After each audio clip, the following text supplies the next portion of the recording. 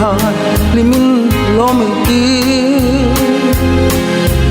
ai cút vui xích vui rồi ai lâu tung nọ ca mun tin le ram tina mar nau jale tin ha xích vui rồi lom din phun khom ai tiêu le thấy rule vala lam rule lanu lam rule apang aval lanu hai sikui roi lomin son ban chila kerdun chilin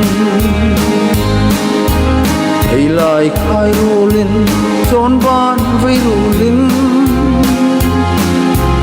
sikui roi lomin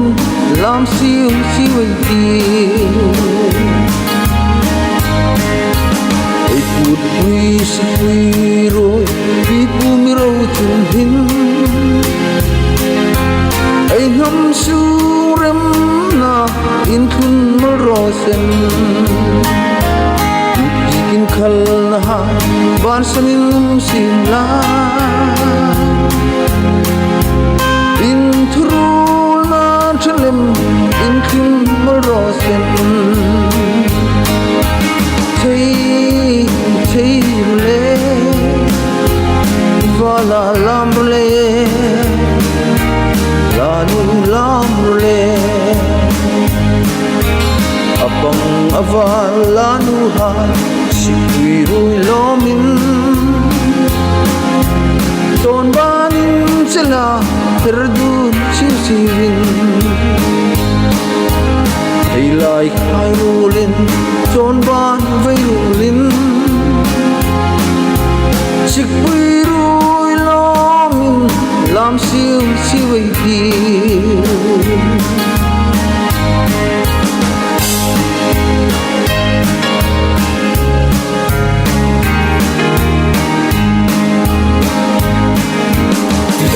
ai pu hain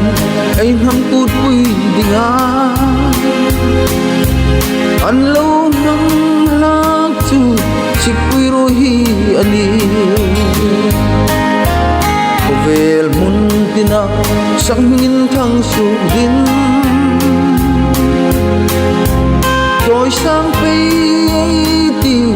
mar nau zele hai hin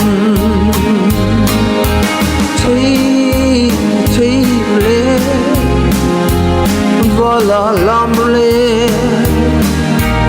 la nu lam le apang avala nu hai sikui roi lomin ton ban chla kerdun sirin ai lai khai rolin ton ban vai rolin sikui roi lomin lam siu siu ti thei le vala lam le la nu lam le apang avala nu ha sikui roi lomin ton banin chela terdun sirin ai lai khai rolin ton ban vai rolin sikui roi lomin lam siu siu ti